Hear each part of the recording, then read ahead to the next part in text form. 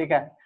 तो इसमें expression acceleration में क्या होगा कि एक मैकेनिज्म हम पहले ही बताए थे कि ब्रीदिंग मैकेनिज्म में दो चीज होता है कि जब हम लोग एयर को अंदर लेंगे, जो इंस्पिरेशन का प्रोसेस है, उसमें हमारा जो चेस्ट है वो अपलिफ्ट हो जाता है। किसके हेल्प से? तो तीन मसल्स है, फेनरिक, इंटरकोस्टल एंड डायफ्राम, तीन के से वो क्या होता है, वो अपलिफ्ट कर जाता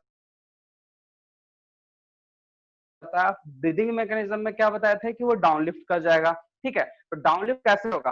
तो फैन उस टाइम पे रिलैक्स हो जाता है, रिलैक्स हो जाता है किस प्रोसेस में? तो एक्सेलेरेशन या फिर बॉडी है, आई मीन हमारा चेस्ट है जो अपलिफ्ट था वो डाउनलिफ्ट मतलब नॉर्मल स्टेज में चला जाएगा। ठीक है, सबसे पहला point, it is showing out fall air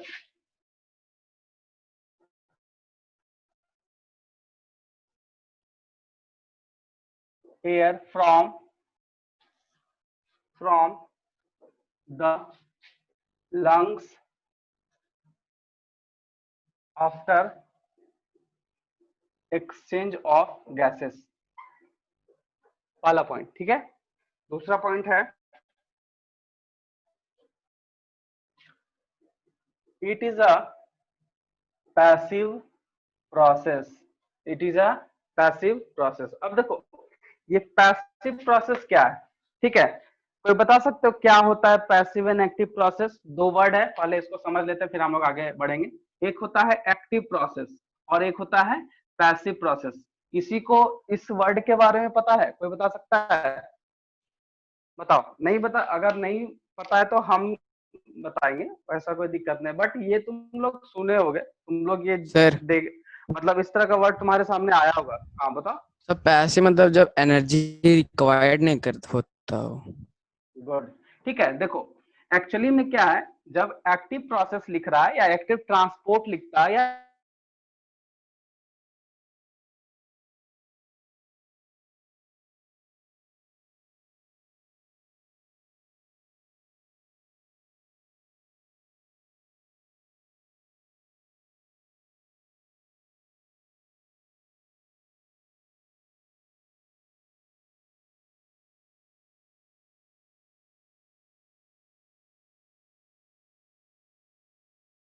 passive process में चला जाएगा। ठीक है, ये चीज है। अब देखो जब हम यहाँ लिख रहे हैं it is a passive process, का मतलब कि हमारा जो इंस्पिरेशन है, इंस्पिरेशन जो है वो एक्टिव प्रोसेस होता है। ये एक्टिव इंस्पिरेशन में क्या हो रहा था, ध्यान से समझना, यहाँ पे समझने वाला क्योंकि ये बहुत जो है मैकेनिज्म हमेशा पूछता है। इंस्पिरेशन में एक्टिव प्रोसेस बोले मतलब इस प्रोसेस में एटीपी का यूज होगा। मतलब O2 जो है, अगर O2 रिच एयर को अगर अगर हम इनटेक करते हैं, इनटेक, इसी प्रोसेस को हम लोग क्या बोल रहे हैं, इंस्पिरेशन, तो इसमें एटीपी का यूज हो रहा है। तो यहाँ पे एक सवाल है कि आखिर एटीपी का जो यूज हो रहा है, ठीक है, एटीपी का जो यूज हो रहा है वो एटीपी कहां से यूज करेगा? चलो तुम लोग कुछ बताओ। ठीक है, एटीपी का अगर इंस्पिरेशन में एटीपी यूज हो रहा है, क्योंकि इंस्पिरेशन इज एक्टिव प्रोसेस, क्योंकि expression is a passive process, ये चीज है। तो जब इंस्पिरेशन में बात कर रहे हैं, ठीक है, वो चीज है। तो अगर इंस्पिरेशन में एक्टिव प्रोसेस लिख रहा है, इसमें पैसिव, सॉरी, एक्सप्रेशन में पैसिव लिखा है, तो इंस्पिरेशन में एक्टिव है। एक्टिव मतलब एटीपी। तो हमारे बॉडी में जो एटीपी है वो कहां से यूज होगा, आई मीन वो कहां का एटीपी यूज करेगा? तुम लोग कुछ बताओ, तुम्हारे पास टाइम है, आराम सेल से एक मिनट सोच सकते हो। ठीक है, सर सेल का एटीपी। सेल का? किस सेल का एटीपी? पूरे बॉडी में सेल है हमारा,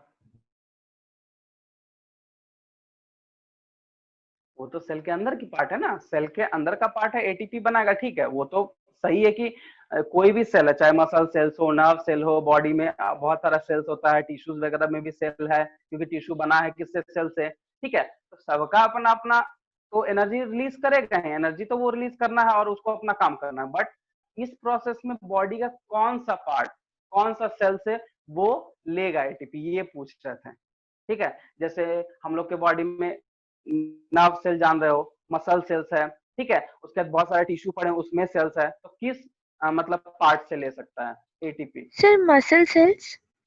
मसल सेल्स, गुड है, चलो अच्छा बात है, आंसर दिया। बट मसल सेल्स कहाँ का मसल सेल्स, बॉडी के किस पार्ट का मसल सेल्स? मसल सेल से वो एटीपी लेगा, एकदम सही बात है, एकदम सही सर आंसर है, ठीक है। किस पार्ट से? हाँ बोलो बोलो बोलो साहिल। सर जो जहाँ लो कंसंट्रेशन होता हो। जहाँ लो कंसंट्रेशन होगा, अच्छा कैसे पता करोगे कि लो कंसंट्रेशन कहाँ है हमारा? सर पता नहीं। और सोचो सोचो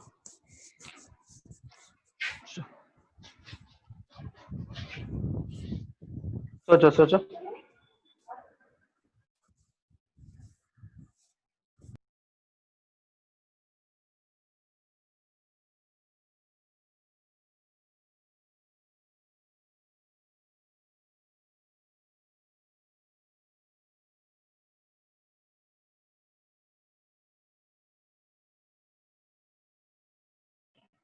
हाँ बताओ।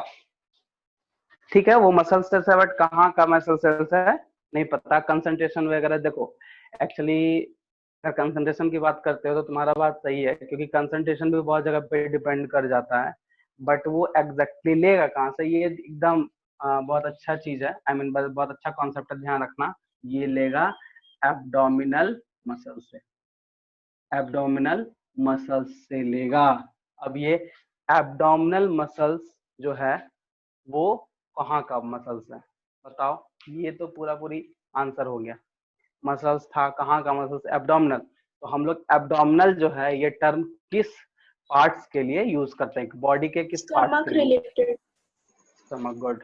तो स्टमक मसल्स भी बोल सकते हो याद रखने के लिए, बट एब्डोमिनल मसल्स हमेशा लिखाएगा कि inspiration is active process, but तो एटीपी का जो यूजिंग हो रहा है कहां से होगा? Abdominal muscles. और ध्यान रखना कि एब्डोमिनल मसल्स का इंस्पिरेशन एंड एक्सप्रेशन मतलब ब्रीदिंग मैकेनिज्म में बहुत बड़ा रोल होता है, क्योंकि रोल क्यों है? क्योंकि वो उस पार्ट से एनर्जी कंज्यूम करता है। चलो तुम लोग अभी खुद देख सकते हो, ठीक है ना? तो अब कैसे देखोगे? तो जब इनहेल करोगे, आई मीन इनहेल करोगे, तो स्टमक पार्ट देखना क्या होता है। स्टमक पार्ट क्या हो जाएगा? अंदर जाता है ना अंदर। तो ये जो अंदर बाहर हो रहा है वो कहीं ना कहीं एक तो डायफ्राम की वजह से, क्योंकि डायफ्राम जो है वो लंग्स के बेस पे प्रेजेंट है, वहां भी है। और वो मसल्स को वो क्योंकि मसल्स मूव करेगा तो रिलीज करता है एनर्जी, तो वो जो है एनर्जी ये इस प्रोसेस में यूज हो जाता है। तुम खुद से देख सकते हो, इनहेल करोगे तो स्टमक क्या हो जाएगा? क्या हो जाता है इनहेल करने पे? Moves inward. करता है। और एक्सेल होने पे क्या होता है? मूव्स आउटवर्ड, होता है ना? Yes sir. तो ये चीज होता है। तो मतलब सिंपल है, समझ में आ गया होगा। इंस्पिरेशन एक्टिव प्रोसेस है, ठीक है। एटीपी कहाँ से ले रहा है? डायरेक्टली याद रखना, एब्डोमिनल मसल से वो एनर्जी को यूज करता है। बट एक्सपिरेशन में ऐसा कोई भी एनर्जी को यूज नहीं करता है, इसीलिए इसका नाम रखा हुआ है पैसिव प्रोसेस। याद हो गया? ठीक है। इसको कहीं पे हम लिखाए नहीं है ना, तो इंस्पिरेशन लिख लो कहीं पे, आई मीन इसके इसका जो नोट्स बनाए होगे तो वहां पे एक लाइन जोड़ लो कि inspiration is a active process, ठीक है। तो एक्टिव प्रोसेस में ब्रैकेट में लिख लो कि एब्डोमिनल मसल्स, ठीक है। तो याद आ जाएगा कि हाँ इस पार्ट से क्या हो रहा है, एटीपी को यूज कर रहा है। लिख लो उसको वहां पे, क्योंकि ये वर्ड बहुत इंपॉर्टेंट है। हाँ एक और चीज है, देखो जब भी तुम्हारा क्वेश्चंस वगैरह का बात करेंगे, जब तुम ओलंपियाड वगैरह या जो भी कंपटीशन का फेस करोगे, तो कभी भी पैसिव प्रोसेस को लेकर कभी नहीं क्वेश्चन पूछता है। हमेशा 99% केस में जो है इंस्पिरेशन एक्टिव प्रोसेस है, इस चीज को लेके पूछा डायरेक्टली आंसर ये याद रखना, क्योंकि पूछता है कि इंस्पिरेशन क्या प्रोसेस है, एक्टिव है। अब एक्टिव है तो एनर्जी यूज हो रहा है, तो कहां से यूज हो रहा है? तो ये दोनों क्वेश्चन बनता है कि इंस्पिरेशन कौन सा प्रोसेस है, और दूसरा क्वेश्चन इंस्पिरेशन जो एक्टिव प्रोसेस है इसमें जो एनर्जी यूज हो रहा है वो कहाँ के पार्ट से ले रहा है? तो एब्डोमिनल मसल्स पार्ट से ले रहा है। ठीक है, समझ में आ गया? क्लियर है? Yes sir. चलो इरेज करें इसको। Yes sir. ठीक, चलो अब हम लोग थोड़ा सा आगे इसका मैकेनिज्म देखते हैं, ठीक है।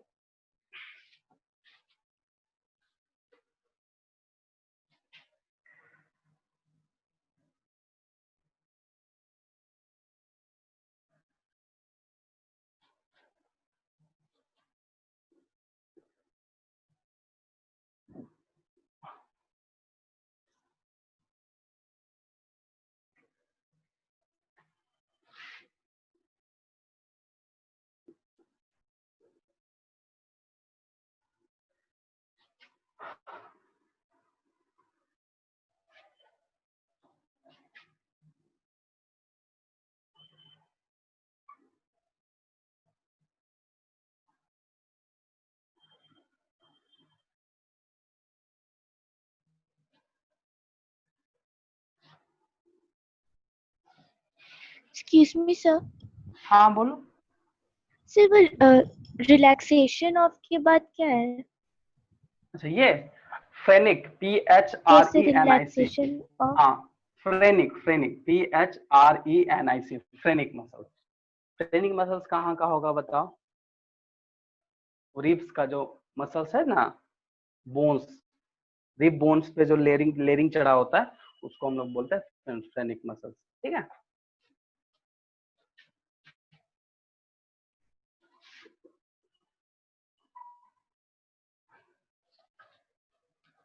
Excuse me sir. हाँ बोलो। सर थोरैक्स चेस्ट कैविटी को बोलते हैं। हाँ बल्ज इनटू थोरेसिक। थोरेसिक देखो, हम लोग का जो बोन्स का अरेंजमेंट है ना, वो हम लोग 4 से 5 टाइप में, 5 पार्ट में किए हैं। ठीक है। ऊपर सर्वाइकल, ये थोरेसिक, एब्डोमिनल लंबर, और नीचे जो रिस्ट मतलब वेस्ट वाला जो बोन है उसको बोलते हैं कॉकेक्स बोन। ठीक है।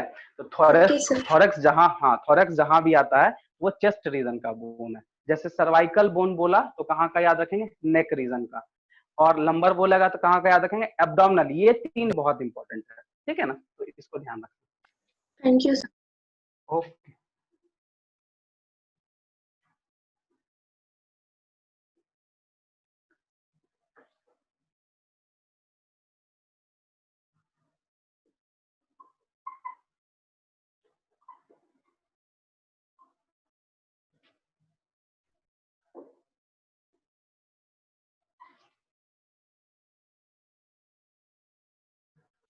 सर टू बिकम के बाद क्या है? Dome shaped, sorry to be OME, dome shaped of external intercostal muscles,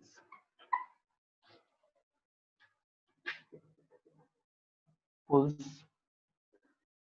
ribs, rib cage, inwardly and downwardly, inwardly and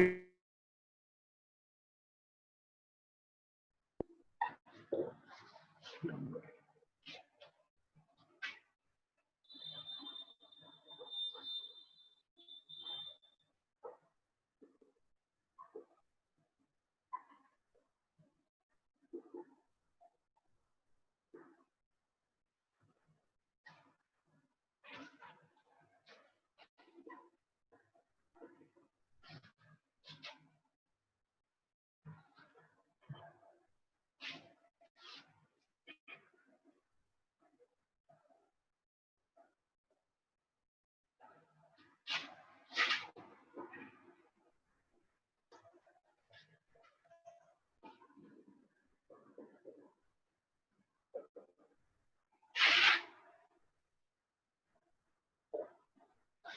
चलो, ये टॉपिक कंप्लीट हो गया, ब्रीदिंग मैकेनिज्म।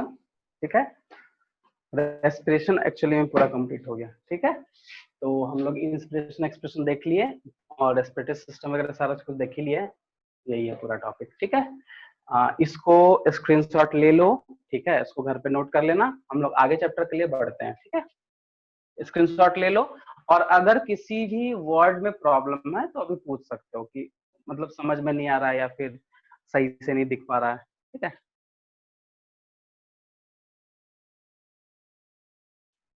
ले लिए सब? स्क्रीनशॉट ले लिए अच्छे सर से? वो ले लो। Relaxation of external intercostal muscles है। हाँ intercostal, costal costal, COS, costal muscle, intercostal muscle. अच्छा इंटरकोस्टल मसल्स क्या हो गया? ठीक है, तो जैसे यहाँ देखना है, जैसे मान लो ये एक बोन ले लो रिब का, और ये एक बोन ले लो इसके बीच का। ठीक है, इसको हम लोग बोलते हैं इंटरकोस्टल मसल। ये तुम्हारा क्लियर हो गया, आई मीन कंप्लीट हो गया। तो अब बताओ।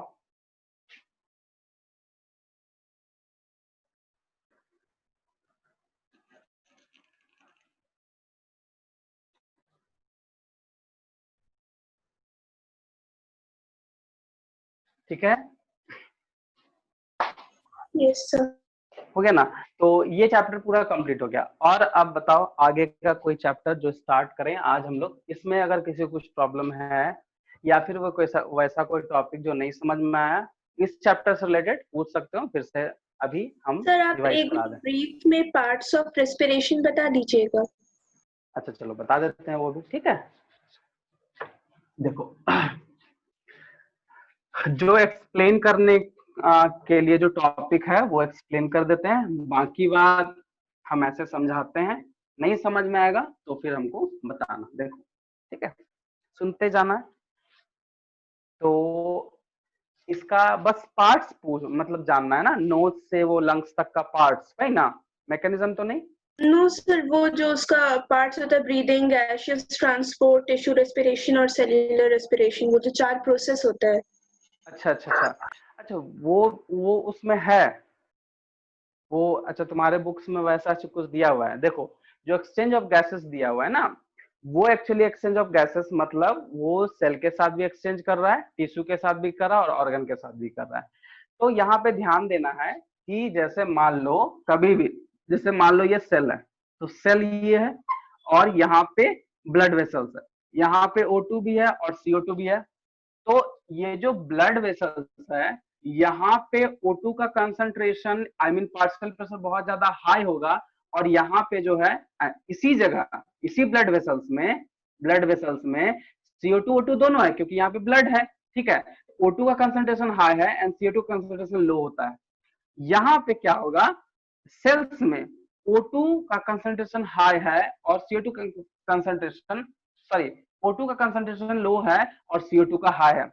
तो सबसे पहले एक्सचेंज ऑफ गैसेस के लिए कंसंट्रेशन डिपेंड करता है या पार्शियल प्रेशर डिपेंड करता है। तो सिंपल एक रूल बोला जाता है, एक थ्योरी है कि हाई प्रेशर से लो प्रेशर की तरफ मूव करेगा। अब तुम लोग इसका खुद आंसर दोगे, हम आंसर नहीं देने वाले, ठीक है। सबसे पहले हम ब्लड वेसल्स में क्या लिखे हैं, O2 हाई CO2 क्या लो, लेकिन सेल हाँ सेल में क्या है O2 लो CO2 हाई। अब तुम हमको बता दो कि O2 का जो मूवमेंट होगा वो किधर से किधर होगा, ब्लड वेसल्स टू सेल होगा या सेल्स टू ब्लड वेसल्स होगा। Blood vessels to cell. To cells. Good. तो ये हमेशा यही मैकेनिज्म काम करता है। जैसे हम लोग एयर को लेते हैं, अगर पार्शियल प्रेशर की बात करें एटमॉस्फेयर का और हम पार्शियल प्रेशर की बात करें लंग्स का, तो उस टाइम पे बहुत ज्यादा डिफरेंस हो जाता है। पार्शियल प्रेशर जो है एयर का आई मीन एयर, क्योंकि CO2 रिच एयर हमारा अंदर में है और O2 रिच एयर बाहर है, तो CO2 कम है और CO2 ज्यादा है O2 कम है, तो हर जगह यहीं पे होगा। जैसे ब्लड वेसल्स में बोले कि ब्लड वेसल से O2 चला जाएगा लेकिन CO2 वो भी तो जाएगा क्योंकि CO2 ज्यादा है इधर कम है, वो एक्सचेंज हो गया। उसी तरह एल्वियोलाई की बात करें जो लंग्स में हमारा, वहां पे O2 लो है और एटमॉस्फेयर में O2 हाई है, तो मूव एटमॉस्फेयर टू एल्वियोलाई। ठीक CO2 किधर, इधर से इधर हो जाएगा, ठीक है। तो ये हमेशा होता है, हर जगह पे होता है, चाहे वो एल्वियोलाई के केस में हो, चाहे सेल के केस में हो या टिश्यू के केस में। तो exchange of gases directly depend करता है partial pressure of O2 and CO2। अब वो कहाँ क्या है वो डिपेंड कर जाता है। जैसे बोले कि ये एक्सचेंज हो गया, अब O2 का कंसंट्रेशन यहाँ पे ज्यादा, CO2 का यहाँ पे कम, एक्सचेंज होने के बाद, ठीक है। तो क्या होगा फिर, तो यहाँ पे एक्सचेंज नहीं हुआ, यहाँ इसका जो मैकेनिज्म है वो हुआ, तो CO2 प्रोड्यूसर, फिर CO2 है, फिर यहाँ पे चल गया, फिर O2 आ गया, इस तरह से सब जगह एक्सचेंजिंग का काम कर जाता है। यही मैकेनिज्म इसमें कि कैसे वो मूव करेगा, ठीक है।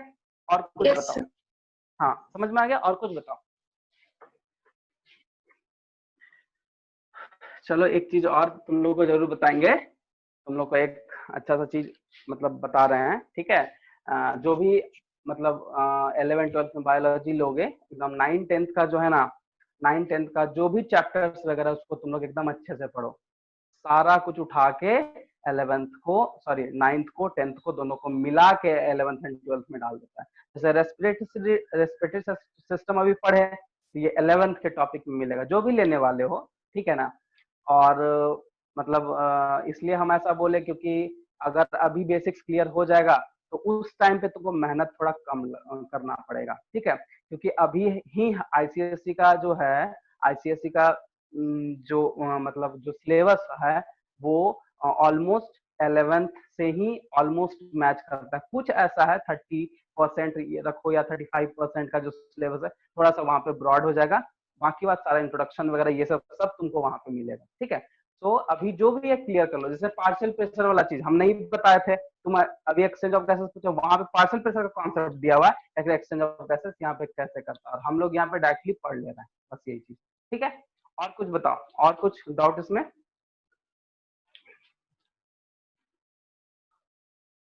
बोलो।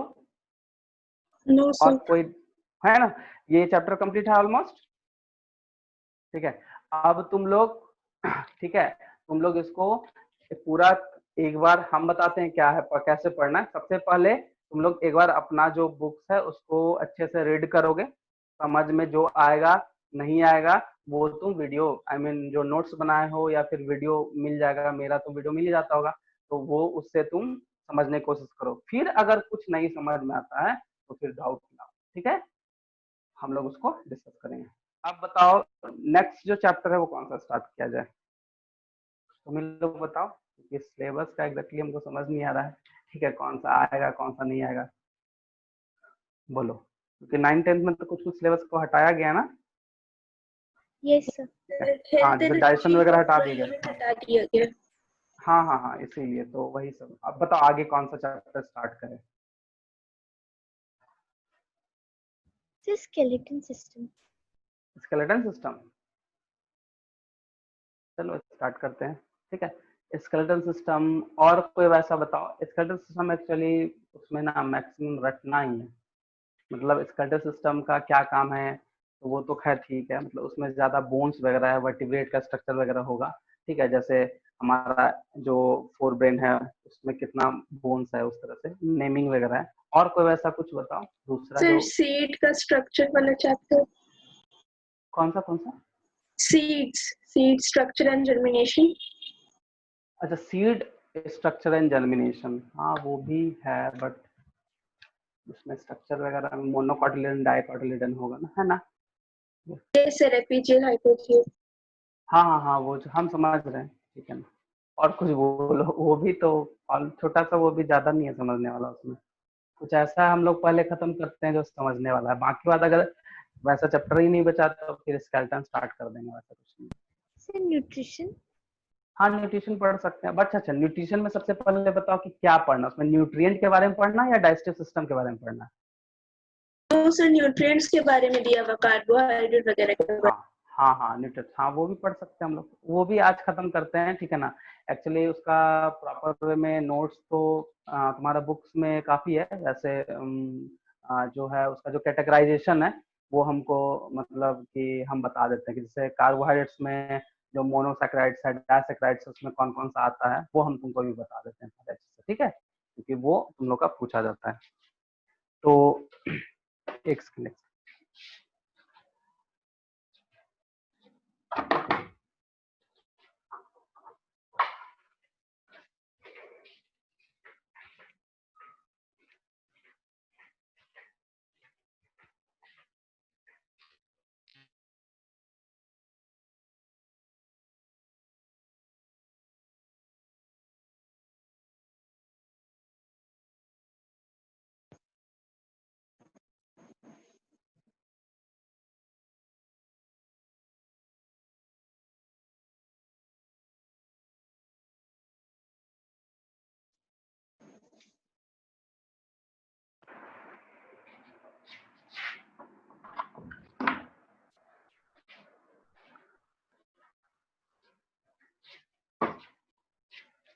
तो हम लोग आज स्टार्ट करने वाले हैं न्यूट्रिशन। ठीक है, चलो इसमें बहुत कुछ है, क्या क्या है समझते हैं। सबसे पहले न्यूट्रिशन होता क्या है, पहले इस वर्ड को डिफाइन कर लेते हैं। बताओ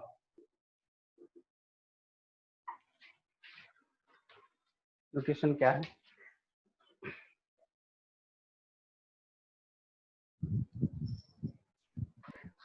कोई करो आंसर, न्यूट्रिशन तो बहुत तुम जानते होगे ये सब चीज। Sir, supply of essential chemical compounds. और कुछ?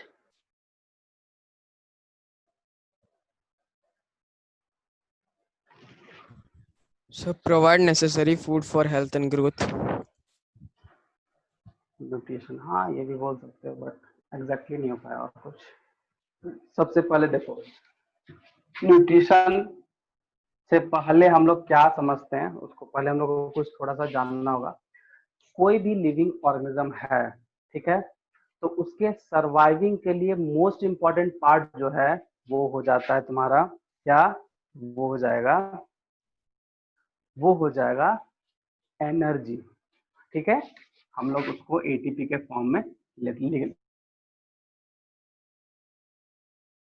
कहाँ से मिलेगा, ठीक है। तो एनर्जी के लिए हमको चाहिए क्या, कुछ ना कुछ कंपाउंड चाहिए। तो वो जो कंपाउंड है वो है न्यूट्रिएंट। क्या है, न्यूट्रिएंट्स, ठीक है। अब ये न्यूट्रिएंट्स हम लोग एज ए केमिकल फॉर्म में लेते हैं, जिसको हम लोग बोलते हैं फूड। जो केमिकल वर्ड बोले थे वो भी सही है, बट एग्जैक्टली नहीं, कैसे समझना समझो। जैसे हम बोलते हैं एटीपी, सबसे पहले अगर हम क्या होता है, किसी भी सेल को अगर एनर्जी चाहिए तो उसके लिए जो चाहिए, आई मीन जो भी कंपाउंड चाहिए, जो भी मॉलिक्यूल चाहिए, उसी को हम लोग बोलते हैं न्यूट्रिएंट्स। और हम लोग न्यूट्रिएंट जो है वो फूड के फॉर्म में इनटेक करते हैं। हम लोग अपनी बात कर रहे हैं, और कॉमन भी वही चीज होता है। जैसे कार्बोहाइड्रेट्स में ग्लूकोज है, glucose is a energy nutrient, energy related, मतलब वो एनर्जी प्रोवाइड करता है किसी भी सेल को, किसी भी यूनिसेलर हो, मल्टीसेलर हो, प्लांट हो, एनिमल हो, तो उसको कार्बोहाइड्रेट्स चाहिए ही चाहिए, क्योंकि कार्बोहाइड्रेट्स अल्टीमेटली ग्लूकोज जो कि मोनोसेक्राइड्स का फॉर्म है, वो ग्लूकोज उसको चाहिए। और वो ग्लूकोज जब तक नहीं मिलेगा तब तक उसमें एनर्जी नहीं मिलेगा, चाहे प्लांट हो या एनिमल हो। ठीक है, तो समझो यहाँ क्या हो रहा है। हम क्या बताए, एटीपी है, उसके लिए न्यूट्रिएंट्स चाहिए, न्यूट्रिएंट्स के लिए फूड चाहिए। और ये जो प्रोसेस होता है, आई मीन हम लोग ऑब्टेन करते हैं, फिर उसका यूटिलाइज करते हैं। क्या ऑब्टेन करते हैं, क्या यूटिलाइज करते हैं, तो जो ऑब्टेन ऑर्गेनिक मॉलिक्यूल करते हैं और उसको यूटिलाइज करेंगे, तो यूटिलाइज किस फॉर्म में करेंगे, वो फॉर्म में करेंगे एनर्जी के फॉर्म में। ठीक है, अब वो एनर्जी का फॉर्म जो यूटिलाइज होगा, वो बॉडी में बहुत सारा एक्टिविटी होता है, उस एनर्जी को उस एक्टिविटी के लिए यूज किया जाता है।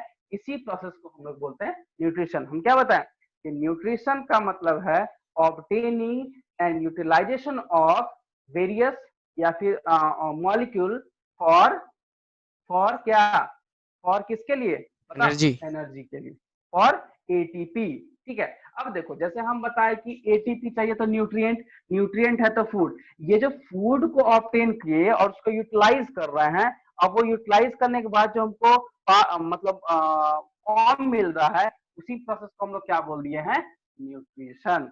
अल्टीमेटली हम लोग क्या जान रहे हैं कि न्यूट्रिशन चाहिए तो न्यूट्रिएंट को लेना पड़ेगा। ठीक है, जैसे अब एक और चीज है, अगर न्यूट्रिएंट, सिर्फ न्यूट्रिएंट की बात करें तो नॉर्मली न्यूट्रिएंट जो जनरली कैटेगराइज किया गया, तीन पार्ट में ही कैटेगराइज किया गया है। एक है प्रोटीन, दूसरा होता है फैट, और तीसरा होता है कार्बोहाइड्रेट्स। कार्बोहाइड्रेट्स, अब कार्बोहाइड्रेट्स में हम सिंपल एग्जांपल लेते हैं ग्लूकोज। हम लोग ग्लूकोज समझेंगे, कार्बोहाइड्रेट्स में भी फिर कैटेगराइजेशन है, उसको कैटेगराइजेशन करेंगे फिर ग्लूकोज पता चलेगा। तो अगर तुम लोग पढ़े होगा तो ग्लूकोज इज अ क्या, मोनोसेकेराइड्स बोलते हैं, मोनोसेकेराइड, सिंपल शुगर बोला जाता है। और यही ग्लूकोज क्या करता है, एनर्जी का काम करता है।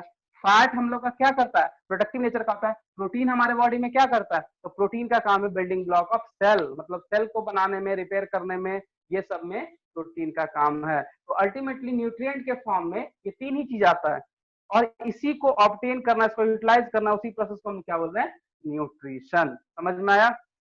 ठीक है, मतलब अगर बॉडी में न्यूट्रिशन चाहिए तो हम लोग को खाना खाना पड़ेगा, क्योंकि न्यूट्रिएंट मिलता है किस फॉर्म में, फूड के फॉर्म। समझ में आया?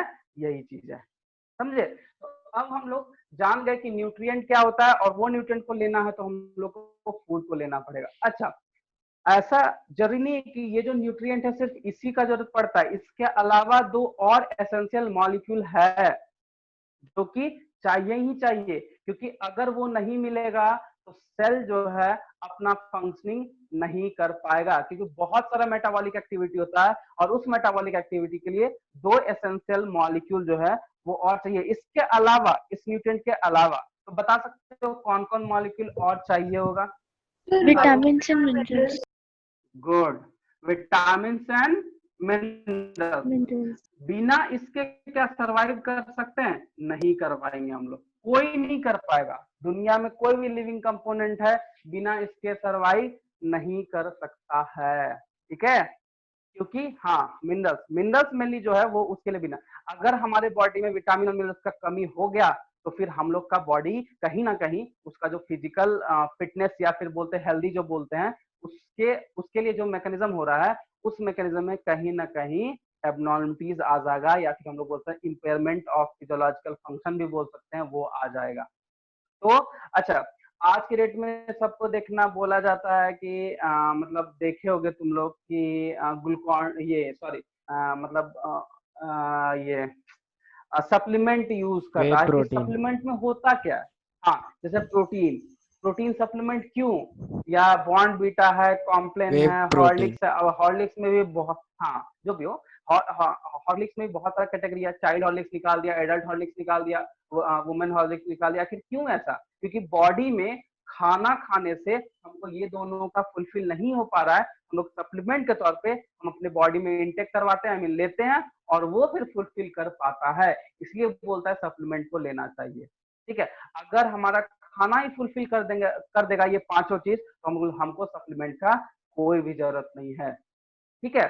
चलो, तो इस चीज के बारे में हम लोग बाद में थोड़ा चर्चा कर लेंगे। ऐसे समझिएगा विटामिन मिनरल्स क्यों इंपॉर्टेंट है। विटामिन मिनरल्स का बहुत सारा काम है, क्योंकि बॉडी में बहुत सारा केमिकल रिएक्शन होता है, और बिना विटामिन के और मिनरल्स के काम नहीं कर सकते हैं, ठीक है। हम लोग देखो, एक और चीज है कि गर्मी के दिन में आदमी क्या होता है, डिहाइड्रेट ना कर जाओ, पानी पीते रहो। आखिर क्यों? अच्छा, पानी निकलने से क्या नुकसान है? अरे पानी निकलेगा ना तो मिनरल्स और विटामिन निकल जाएगा, और वो निकल गया तो बॉडी में जो इलेक्ट्रोलाइटिक बैलेंस है, या मिनरल बैलेंस बोल सकते हो, या ऑस्मोटिक कंसंट्रेशन बोल सकते हो, वो सारा डिस्टर्ब। और अगर वो डिस्टर्ब हो गया ना तो फिर कहीं ना कहीं डायरेक्टली इफेक्ट करता है। और एक चीज और ध्यान रखना, कि हमेशा ध्यान तुमको रखना है कि जो मिनरल्स और बोल सकते हो एक तरह से विटामिन जो होता है, वो हमारे बॉडी का एसेंशियल मॉलिक्यूल है। अगर नहीं भी मिलेगा ये सब चीज तो हम लोग रह सकते हैं जिंदा, बट अगर मिनरल्स और विटामिन का कमी हो गया तो हमारा बॉडी फंक्शन नहीं करेगा, ठीक है। अब देखो, जैसे गर्मी के दिन में बोलता क्या है कि ग्लूकॉन डी पीजिए, या फिर बोलता है नींबू पानी पीजिए, या फिर बोलता है नमक चीनी का घोल बनाइए, नींबू नमक चीनी एक तरह का इलेक्ट्रोलाइट्स के। सॉल्ट को कम, अच्छा सॉल्ट मतलब क्या? NaCl। NaCl क्या है? मिनरल्स है। विटामिन क्यों चाहिए भाई? तो विटामिन बहुत सारा फंक्शन को मेंटेन करता है। तो विटामिन के लिए जैसे विटामिन सी, नींबू में साइट्रिक एसिड है, विटामिन सी, उससे जो भी खट्टा चीज है, इमली को छोड़ के, इमली में जो एसिड होता है, लेकिन और जो खट्टा चीज है जैसे मौसमी हो गया, ऑरेंज हो गया, फिर हमारा लेमन हो गया। लेमन बहुत अच्छा चीज होता है, खाना चाहिए, एंटीऑक्सीडेंट। हाँ, पाइनएप्पल। अच्छा, अब अगर तुमसे न्यूट्रिएंट की बात करें कि इसका सोर्स कौन कौन सा है, तो कैसे नॉर्मली जनरली तुम कैसे बताओगे कि हाँ ये इसका सोर्स है? जनरली पूछ रहे हैं, ऐसे तो कुछ एक्सेप्शन है, वो भी हम बताएंगे। अगर तुमको बोले जाए विटामिन मिनरल्स तुमको लेना है, तो तुम क्या सबसे ज्यादा खाना स्टार्ट कर दोगे? Fruits and vegetables. हाँ, फ्रूट्स एंड वेजिटेबल, जो कि मोस्ट इंपॉर्टेंट किसके लिए है? विटामिन एंड मिनरल्स के लिए। अगर प्रोटीन खाना हो तो प्रोटीन चाहिए तो खाना, मतलब मिल्क। हाँ, मतलब जितना भी मैक्सिमम देखा जाए तो नॉन वेजिटेरियन जितना भी है, ऑल आर प्रोटीनियस इन, मतलब बोल सकते हैं, मतलब वो प्रोटीन उसमें बहुत ही ज्यादा अमाउंट में प्रेजेंट होता है, ठीक है। मतलब देखो, प्रोटीन हम लोग खा लेंगे तो क्या खाना होगा? Non veg. वेज की बात करो तो दूध जो है, milk is a complete food बोला जाता है, क्योंकि उसमें बहुत सारे मिनरल्स और प्रोटीन वगैरह उसमें बहुत कुछ होता है। तो वाटर वगैरह भी वो फुलफिल कर देता है, फैट वगैरह से बहुत। तो मतलब मिल्क हमारा कंप्लीट फूड है। अब प्रोटीन अगर नॉन वेज में चलेगा तो क्या क्या खाना होगा? मान लिया जाए कोई नॉन वेज नहीं खाता हो, तो फिर एग वाइट। बताओ वेज में क्या? वेज एग वाइट है पगला। वो तो नॉनवेज है ना। नॉनवेज को छोड़ के अगर मान लो नॉनवेज कोई नहीं खाता होगा, मान लो वेज में milk and products, milk product, spinach, जैसे मिल्क प्रोडक्ट्स में जैसे पनीर। Yes sir. पनीर और कुछ? चलो तुम्हारा बात मान लेते हैं, पनीर से कुछ भी खा लेंगे आ जाएगा सर। नहीं, अब तुम मिल्क प्रोडक्ट रसगुल्ला ये खाओ, रसगुल्ला तो क्या आ जाएगा? बताओ, Sir, green रसगुल्ला खाओगे? vegetables. हैं? नहीं, ग्रीन Green वेजिटेबल्स में vegetables कोई भी please. ये तीनों न्यूट्रिएंट नहीं होता है, इतना जान लो। मतलब कार्बोहाइड्रेट्स हो सकता है, ठीक है, कुछ कुछ कार्बोहाइड्रेट्स हो सकता है ग्रीन वेजिटेबल्स में भी, नहीं वो फ्रूट्स वगैरह में जो है, but protein and fat and Sir, mostly bread. Nutrient के Sir, लिए हम लोग को pulses. Sir, bread. Wheat. Bread, bread में ऐसा नहीं, Sir, पल्सेस, pulses. पल्सेस ये सही है। अब देखो हम तुमको एक कॉमन सा चीज बताते हैं, एकदम हमेशा याद रहेगा, कभी नहीं भूलोगे। अगर तुमको प्रोटीन खाना है और वो टेस्टी खाना है तो उसमें मसाला यूज करना पड़ेगा। तुम जो देख लो मसाला से ज्यादा बनता है वो प्रोटीन है। जैसे पनीर बिना मसाला के नहीं खाओगे, अच्छा नहीं लगेगा वो। नॉर्मली आदमी आजकल फ्राई भी खाता है तो ठीक ठाक है, बट नॉर्मल अगर बात करें तो। दूसरा चीज है मशरूम, उसमें होता है प्रोटीन। सोयाबीन उसमें होता है, सोयाबीन को तुम ऐसा नहीं खा पाओगे, नहीं ठीक है। खा पाएंगे। तो हाँ, वो उसमें थोड़ा मसाला यूज होगा ही होगा। ऐसे नॉर्मली सोचोगे कि नहीं, नॉर्मल हम खा ले बिना तेल का, कम तेल का, कम मसाला का, तो वो अच्छा नहीं लगता है। खाने वाला खाता ही है, ठीक है, ऐसा भी तेल मसाला कम ही खाना चाहिए। बट एक कॉमन सा चीज बोल रहे हैं कि अगर जो भी प्रोडक्ट मैक्सिमम देखा गया, इन जनरल बोल रहे हैं, ऐसा नहीं कि सारा कुछ में मसाला होगा तो वो प्रोटीन ही होगा, मतलब इन जनरल। तो पनीर, मशरूम, सोयाबीन, सोयाबीन में प्रोटीन होता है। और सोयाबीन ऐसे एक चीज बताते हैं, बॉयज लोग को सोयाबीन बहुत कम खाना चाहिए, ठीक है, नहीं के बराबर, मतलब ना ही लो तो ज्यादा अच्छा है, ठीक है, उसका साइड इफेक्ट है। बट गर्ल्स में वो बहुत इंपॉर्टेंट है, तो सोयाबीन खाना क्यों चाहिए। सर? है क्यों? सर अरे टेस्टी लगता है हमको। अरे टेस्टी, हाँ वो अच्छा लगता है, हम भी खाते हैं। बट साइंटिफिक रीजन ये है ना कि अगर हम सोयाबीन ज्यादा इनटेक करने लगेंगे तो एक हार्मोन है, सेक्स हार्मोन, जिसको एस्ट्रोजन बोलते हैं, वो फीमेल में होता है। मेल में उसका मेल, देखो मेल और फीमेल का बॉडी बहुत कुछ सिमिलर है। जहां तक हार्मोन की बात है तो रिप्रोडक्शन में हम लोग पढ़ेंगे और इंडोक्राइन सिस्टम में पढ़ेंगे, जो कि 10th में है। तो ध्यान रखना है कि मेल का जो बॉडी होता है वो पूरा पूरी हार्मोन से बैलेंसिंग है। अगर उसके बॉडी में थोड़ा सा भी हार्मोन का बैलेंसिंग होगा तो कहीं का उसका इफेक्ट दिखना स्टार्ट हो जाता है। तो बहुत सारा हार्मोन है, ठीक है, और इफेक्ट भी बहुत होता है अगर हार्मोन इम्बैलेंस हुआ तो। और मेल में क्या होता है, मेल में भी फीमेल का हार्मोन होता है, बट वो कभी भी क्या होता है, एक्सप्रेस नहीं होता है, वो सप्रेस होकर रहता है। उसको सप्रेस करने के लिए बॉडी में बहुत कुछ प्रेजेंट है, ठीक है।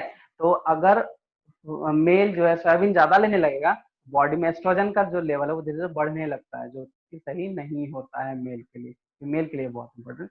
तो सोयाबीन जो है थोड़ा कम अमाउंट में लो, कभी कभार खाओ, ठीक है, बट जो रेगुलर नॉर्मली क्या होता है कि सप्ताह में 2 से 3 दिन ऐसे क्या होता है, घर में कोई भी बना देता है, ठीक है, उन लोग को नहीं पता। सोयाबीन बोलता है प्रोटीन, हाई प्रोटीन भी है, सोयाबीन में प्रोटीन है, बट कहीं ना कहीं वो काम कर ही देता है कि वो सिक्रेट कर देगा, ठीक है। तो वो चीज अच्छा चीज नहीं होता है। तो अच्छा चीज ऐसा है कि वो बहुत बुरा है, ठीक है, ऐसा भी नहीं बोल सकते वो बहुत बुरा है, बट एस्ट्रोजन का रिलीजिंग का कंसंट्रेशन बढ़ाता है मेल में, जो कि सही नहीं होता है, ठीक है, ये चीज है। और दूसरा चीज है कि कभी भी मतलब जो जिम ट्रेनर्स वगैरह होंगे उनसे पूछना कि सोयाबीन खाएं, तो वो लोग को हमेशा मना करता है, ठीक है। रीजन बस वो सब भी है, तो बायोलॉजिकल फैक्ट है, तो फैक्ट है, सो बता दिए। ऐसा नहीं, छोड़ना नहीं है सोयाबीन, खाना है बीच में, क्योंकि प्रोटीन का वो भी सोर्स है। तो बॉयज को कम, गर्ल्स तो रेगुलर ले सकती है। रेगुलर क्या मतलब, वो खा सकती है, तो कोई इशू नहीं होगा उसमें, जो बहुत ज्यादा फायदा करेगा। तो जैसे हम बताए, उसका मशरूम, मशरूम बहुत अच्छा प्रोटीन सोर्स है। पनीर बहुत अच्छा प्रोटीन सोर्स है। मिल्क हम लोग जान रहे हैं। और नॉनवेज में तो कुछ भी ले लो मैक्सिमम, जैसे एग की बात कर रहे हैं या फिर मटन की बात कर रहे हैं या चिकन। अच्छा एक और सवाल, न्यूट्रिएंट की बात है तो थोड़ा सा हेल्थ कॉन्शियस डाइट पे चर्चा हो जाए। फार्म चिकन खाना अच्छा है या फिर देसी चिकन, बताओ। देसी सर। देसी चिकन, कौन कौन साहिल के बात से एग्री हो, बताओ। Yes, sir. सर देसी sir. Deepika, Albina Sir, I am and vegetarian. Yes, sir. Deepika तुम वेजिटेरियन हो? चलो No, कोई sir. बात तो नहीं। सर पहले नॉन वेजिटेरियन थे, अब वेजिटेरियन। नहीं नहीं, हाँ क्या बोले, नहीं सुनाई दे रहा है। Deepika is a non, non-vegetarian, but she don't likes non-veg. मतलब ये कैसा नॉन वेजिटेरियन है भाई, उसको वेजिटेरियन सर अब पसंद है नहीं बट खाते। खाती नहीं हो? सर सर पहले भी खाते थे तो सिर्फ ग्रेवी, और अब कुछ भी नहीं। अच्छा क्यों नहीं खाते हो? उसका रीजन मतलब सर अच्छा अच्छा नहीं नहीं लगता है, कुछ लगता। और रीजन है? एक एक अपना रिलीजियन पर्पस होता है कि नहीं चलो हम नहीं खाते, घर में बहुत कोई जैसे होते हैं तो वो लोग नो नहीं खाते, सर, ठीक है। अब ऐसा कोई सर नहीं, अच्छा ठीक नहीं है। लगता। बट देखो, बट हम एक चीज बताते हैं, ठीक है। अगर देसी चिकन की बात करते हैं तो देसी चिकन में न्यूट्रिएंट कंटेंट बहुत ज्यादा हाई होता है, ये इसके लिए कोई इशू नहीं है। लेकिन देसी चिकन में एक डिमेरिट्स है, वो क्या डिमेरिट्स है कि वो फैट भी उतना प्रेजेंट कर देता है जितना प्रोटीन करना कर देता है। हाँ प्रोटीन भी सर। हाई है तो फैट भी उसमें ज्यादा है। अच्छा, एक कॉमन सा चीज है, देखना तुम लोग सुने होंगे, जो डायबिटिक पेशेंट है उसको रेड मीट खाने मना करता है। रेड मीट मतलब कहाँ से रेड मीट, ऐसा थोड़े कि लाल कलर का कोई मीट होता है, ऐसा कहीं। रेड मीट खाने का मतलब गोट मतलब का। गोट वगैरह, जो meat I of mean goat. Mutton mutton mutton simple, हाँ मटन।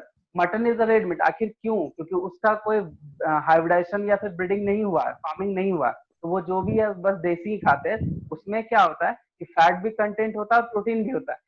देसी चिकन खाना बहुत अच्छा चीज है, क्योंकि बच्चे को देसी चिकन ही खिलाना चाहिए। एक एज के बाद देसी चिकन बंद कर देना चाहिए, फैट ज्यादा होता है। बट फार्म चिकन ऑलवेज मतलब कि अच्छा होता है फॉर हेल्थ के लिए, क्योंकि वो सिर्फ और सिर्फ, देखो एक्चुअली क्या है ना कि चिकन जो है, फार्म चिकन जो है, उसको साइंटिस्ट उसी चीज का ध्यान रख के बनाया गया है कि नहीं, हमको नॉनवेज से क्या चाहिए, पर्पस क्या है हमारा, प्रोटीन, हम फैट क्यों ले। तो फार्म चिकन में क्या होता है कि फैट का जो कंटेंट है वो लेस कर दिया है और प्रोटीन का कंटेंट हाई कर दिया है। तो प्रोटीन खाना है तो farm chicken is the best, उसमें तुमको कोई तरह का दिक्कत नहीं होगा। लेकिन अगर ये देसी खाते हो तो देसी में ठीक है, अच्छी बात, लेकिन कहीं ना कहीं वो फैटनेस बढ़ने का सर जो रीजन हो बर्न जाता कर, है। हाँ बोलो। फैट बर्न कर लेंगे फिर। लोग जंक फूड बोलता नहीं खाना चाहिए, लेकिन खा ही रहा है। अब खाने के बाद भी उसको बर्न कर रहा है, अपना एक्सरसाइज कर रहा है, फिजिकल कर रहा है, तो वो ठीक है, वो ठीक है। बट मतलब ये डिफरेंस है। कभी कभी देखना, किसी किसी को घर में ताना मिलता है कि ज्यादा नॉनवेज मत खा, तू मोटा हो जाएगा या फिर तू मोटी हो जाएगी, ऐसा कुछ अगर होता है तो उसमें सबसे पहले क्लियर होना चाहिए कि नहीं, हमको कौन सा चीज नहीं। सर आप Sir, your audio is muted. ध्यान रखना चाहिए कि देसी है या जो भी है, ठीक है, इस चीज से। तो जैसे, अच्छा हाँ, एग जो है, एग बहुत अच्छा चीज है, ठीक है। एग का काम बहुत, एग वाइट जो है, ठीक है। अच्छा, एग बहुत वाइट क्यों यूज करते हैं, एग का येलो पार्ट क्यों नहीं यूज करना चाहिए? डॉक्टर्स भी सलाह करते हैं, क्यों? कि बटर रहता है उसमें सर। एग वाइट का बहुत सारा यूज होता है, जैसे मतलब कि कुछ हम मतलब सर हेयर के लिए, हेयर के लिए हेयर भी के लिए अच्छा सर। होता है एग वाइट। और सब कुछ बहुत कुछ, जैसे बाल वगैरह झड़ने लगता है तो बोलता है एग वाइट को लगाना चाहिए ना। गर्ल्स लोग तो जान रही होंगी, ये सब एक तरह का टिप्स है कि नहीं? पता था कि नहीं, कि नहीं पता था? बताओ। दीपिका, दीपिका तो खैर यूज ही नहीं करती है, तो कोई अल्बीना। नहीं पता था सर। हेलो। यस सर, नहीं पता था। Next connect.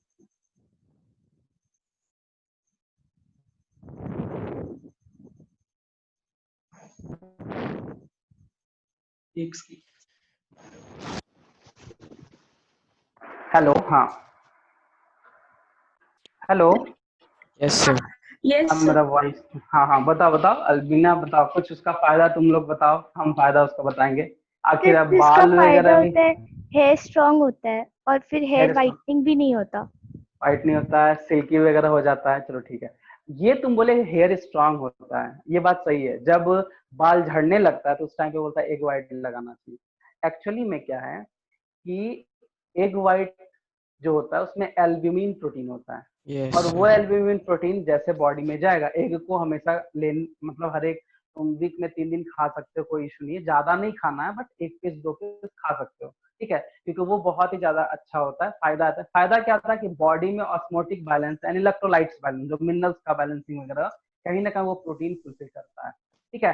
क्योंकि ब्लड में सब कुछ होना बहुत इंपॉर्टेंट है, और ब्लड में ये प्रोटीन जो है वो प्रेजेंट होता है। बट ये प्रोटीन कब प्रेजेंट होगा, जब हम लोग खाएंगे, तो एग वगैरह यूज करना चाहिए, क्योंकि एग में एल्ब्यूमिन है। अब जैसे तुम बोले हेयर, एक्चुअली में रूट हेयर के सेल को वो बनाता है, इसलिए बोलता है कि उसको खाने से हेयर स्ट्रांग होता है, सॉरी लगाने से हेयर स्ट्रांग होता है, क्योंकि अल्टीमेटली वो हमारा जो हेड है उससे पोर्ट से वो अंदर चल जाता है, उसको सेल को डायरेक्ट मिल जाता है, ये ऐसा है।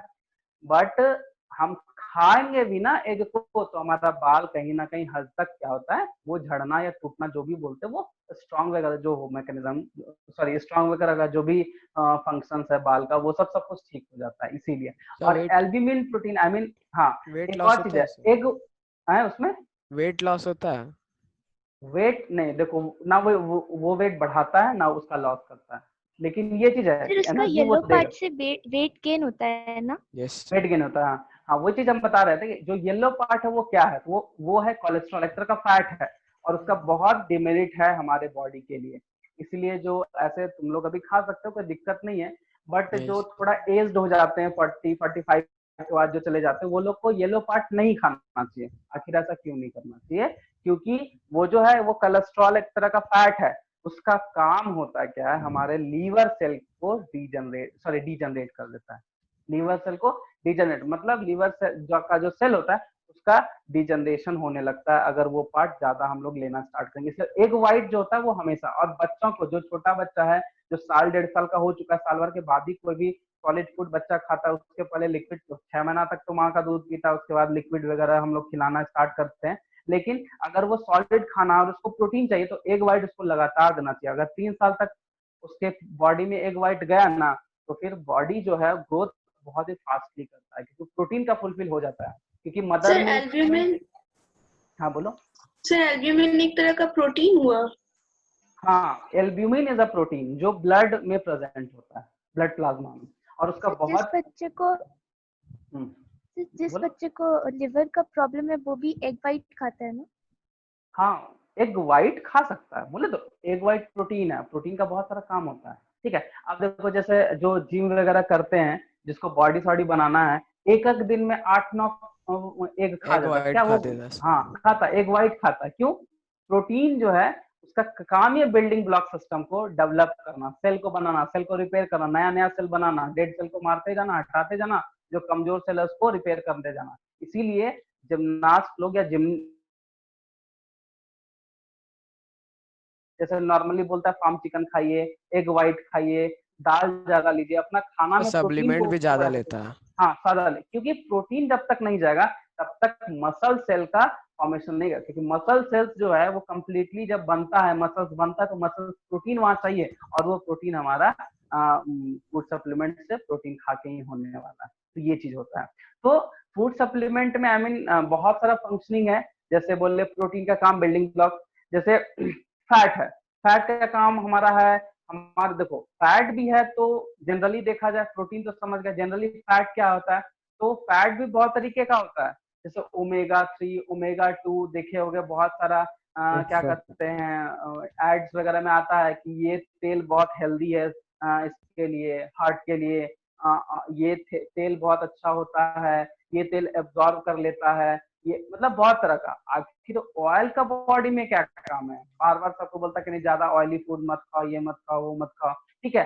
तो क्यों वो मना करता है? क्योंकि एक्स्ट्रा कोलेस्ट्रॉल अगर जमा हो गया तो हमारे बॉडी में ब्लड वेसल्स है, और अगर ब्लड वेसल्स में कोलेस्ट्रॉल का जमा हो गया तो ब्लड प्रेशर बढ़ जाता है, उसमें हार्ट से रिलेटेड प्रॉब्लम दिखना स्टार्ट हो जाता है। लेकिन अगर यही तेल हम लोग सही यूज करेंगे तो वो कोलेस्ट्रॉल जमने नहीं देगा, ठीक है। और एक और बात है, फैट का काम है हमारे बॉडी को शॉक मैकेनिकल वगैरह से बचाने का काम करता है, तो वो भी चीज है इम्पोर्टेंट। सर कार्बोहाइड्रेट्स के बोलो। स्टोरेज? हाँ हाँ, एडिंग करता एनर्जी है। को, हाँ एडिंग करता है, एनर्जी को स्टोर, जब एनर्जी यूज नहीं होता है तो वो हमारा यूज ना होकर क्या होगा, वो स्टोर हो जाएगा, यूज। सिंपल है, फैट का फॉर्म ले ला। हाँ, अब उसी को बर्न करते रहो भाई, बर्न करते रहो, और क्या। ऐसे भी एक चीज हमेशा ध्यान रखना, ठीक है, क्योंकि अब जो तुम लोग का एज है वो एज बहुत ज्यादा ग्रोथ वाला एज है, तो अपना डाइट पे हमेशा ध्यान रखना, ज्यादा जंक वंक फूड मत खाना, क्योंकि अभी साल 2 साल 3 साल तुमको कुछ नहीं पता चलेगा, लेकिन जैसे अचानक से हेल्थ बढ़ना फैलना स्टार्ट होगा ना, फैल तो तुरंत जाएगा, लेकिन उसको लॉस करना बहुत बड़ा बात है। और जो मोटा से पतला होता है वो बहुत ज्यादा मेहनत करता है, बहुत ज्यादा डिसिप्लिन से अपना एक्सरसाइज वगैरह करता है, नहीं तो ऐसे कोई भी चीज बिना हार्ड वर्क के हुआ है। और ये कौन तो सा? बहुत बड़ा, हाँ ये तो बहुत बड़ा बात है कि जो अपना वेट लॉस किया है, मतलब नेचुरली लॉस किया है, बाकी बात बहुत कुछ है, थेरेपी वगैरह बहुत कुछ है, बट जो वर्कआउट करके किया है वो मतलब रियल में हार्ड वर्क है। तभी किया, क्योंकि एक बार बढ़ना स्टार्ट होगा तो वो घटेगा नहीं।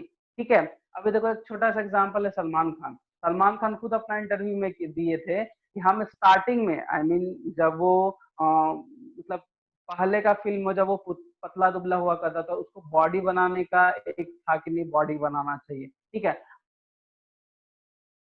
में 22 रोटी था, चिकन अंडा पूरा खाता था, लेकिन अभी बोलता है कि अगर हम ब्रेड का स्मेल कर लेंगे ना तो 2-4 केजी बढ़ जाएगा, क्योंकि एक टाइम पे बढ़ा लिया।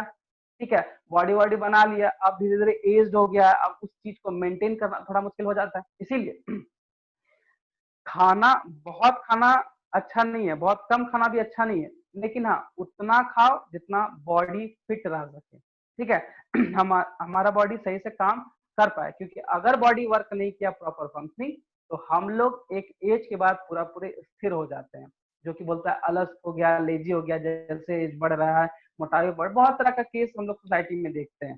ठीक है, वो चीज ध्यान रखना। और अभी ग्रोथ स्टेज है तो सारा न्यूट्रिएंट लो, ज्यादातर साग सब्जी खाओ, वेजिटेबल्स एंड फ्रूट को अपने फूड में मतलब ज्यादा लो।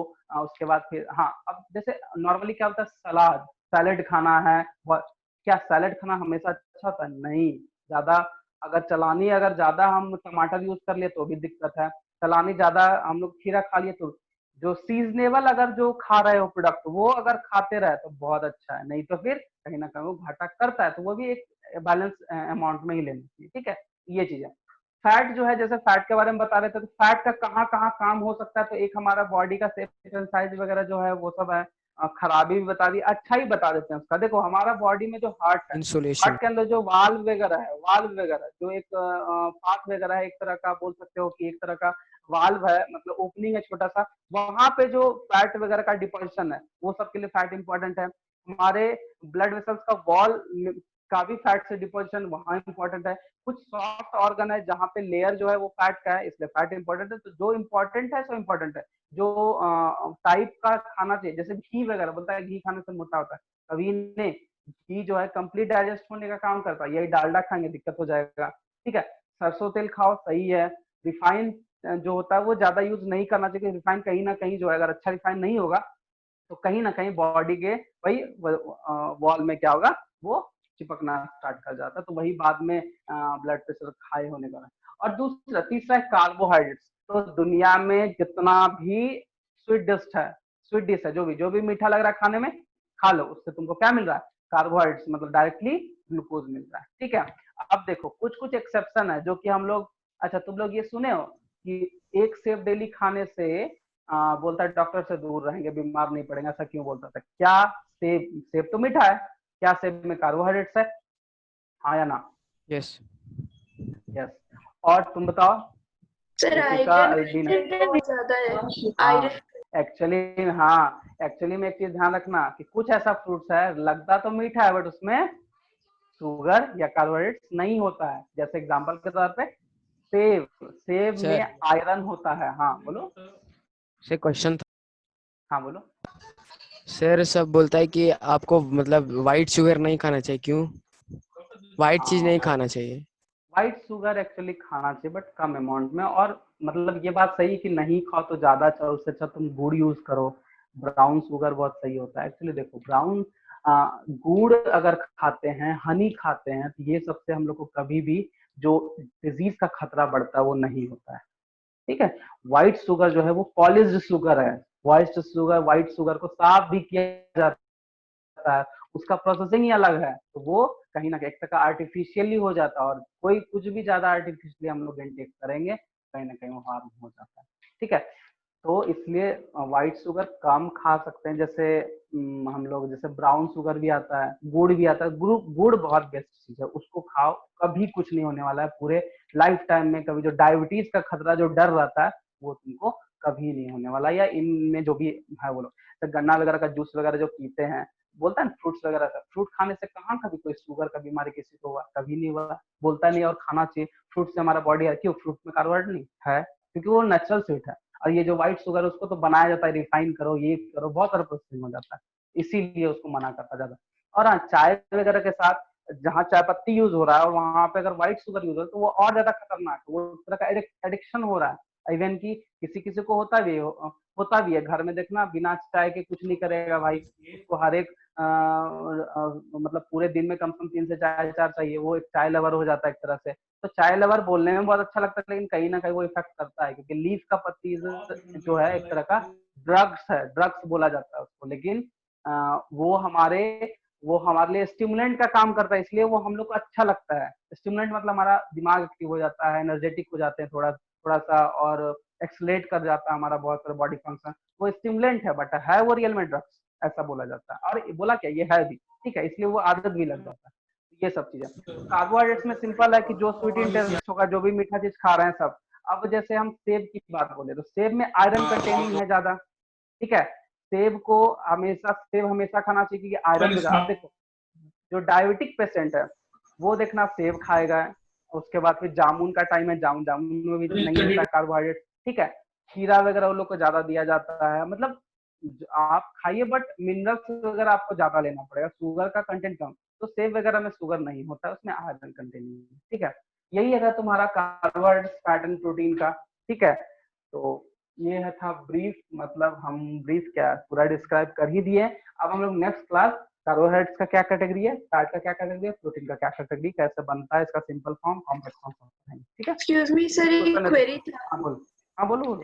सर मैंने क्लास कल ही ज्वाइन किया है, कल ही एडमिशन लिया है, तो मैंने पहले का 2 क्लासेस मिस कर लिया, तो वो मुझे श्रीवास्तव ऐप में मिल जाएगा?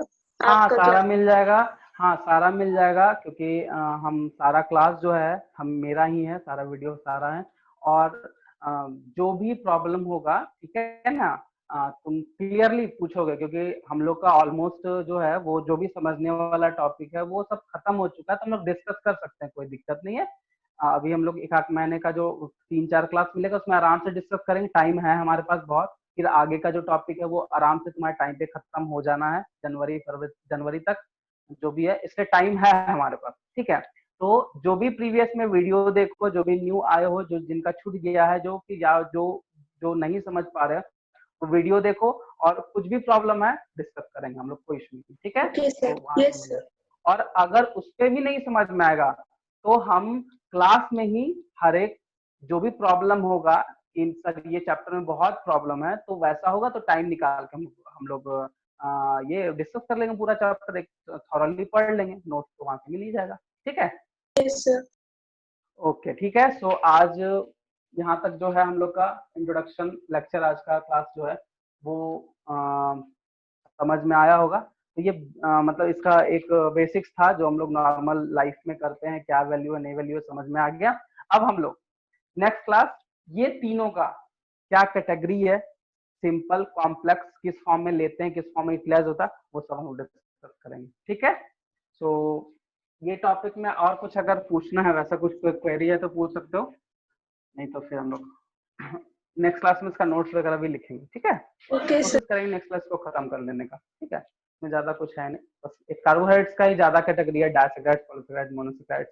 प्रोटीन भी कन्वर्ट होता है 2 पार्ट में, अमीनो एसिड, पेप्टाइड्स वगैरह कर लेंगे, ठीक है। और कुछ नो सर। हाँ, और एक बार फिर से बोल रहे हैं, जिसको रिवीजन करना है वो मेरा वीडियो जाके आराम से देखो, और वीडियो में भी नहीं समझ में आता है, प्रॉब्लम हो रहा है, तो डायरेक्टली बोलो कि सर हमको ये समझना है, हम लोग उसी में से क्लास में ही टाइम निकाल के उसको पहले खत्म करेंगे और फिर आगे बढ़ेंगे, ठीक है। Okay sir. क्योंकि अब हमको लगता है कि स्केलेटल एक बचा हुआ है, सीड जर्मिनेशन बचा हुआ है, और शायद पॉलिनेशन वगैरह भी है कुछ ना, तो है जो भी है वो ज्यादा है नहीं, वो कंप्लीट हो जाएगा, ठीक है। सर तो नेक्स्ट क्लास में फर्टिलाइजेशन, रेस्पिरेशन इन प्लांट्स। ठीक है। रेस्पिरेशन इन प्लांट्स सर वो हो चुका है।